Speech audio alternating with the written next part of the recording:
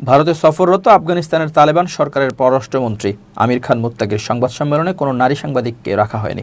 নয়াদিল্লিতে আফগান দূতাবাসে সংবাদ সম্মেলন করেন তিনি। সংবাদ মাধ্যম দ্য হিন্দু জানিয়েছে, ভারতের পররাষ্ট্রমন্ত্রী এস জয়শঙ্করের সঙ্গে বৈঠকের পর সাংবাদিক সম্মেলনে যোগ দেন মুত্তাকি। জানা গেছে, সাংবাদিকদের এই সম্মেলনে আমন্ত্রণের দায়িত্ব ছিল মুত্তাকির সঙ্গে থাকা তার আফগান কর্মকর্তারা। বিষয়টির সঙ্গে সংশ্লিষ্ট কয়েকজন জানিয়েছেন, ভারতের পক্ষ থেকে নারী সাংবাদিকদের রাখার অনুরোধ করা হয়েছিল, কিন্তু আফগান কর্মকর্তারা এতে রাজি হননি। এই ঘটনার নিন্দা জানিয়েছে ভারতীয় কংগ্রেসের নেত্রী প্রিয়াঙ্কা গান্ধী।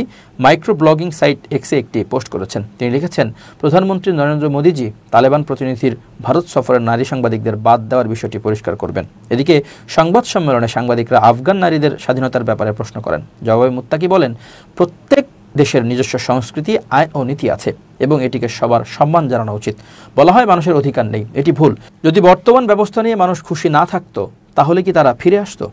তিনি দাবি করেন, 2021 সালের আগস্টে তালেবান ক্ষমতা গ্রহণের পর থেকে আফগানিস্তানের সামগ্রিক পরিস্থিতির ব্যাপক উন্নতি হয়েছে। তিনি বলেন, আগে আফগানিস্তানে সংঘাতে প্রতিদিন 200 থেকে 400 মানুষের মৃত্যু হতো, কিন্তু গত 4 বছরে এ ধরনের কোনো ঘটনা ঘটেনি।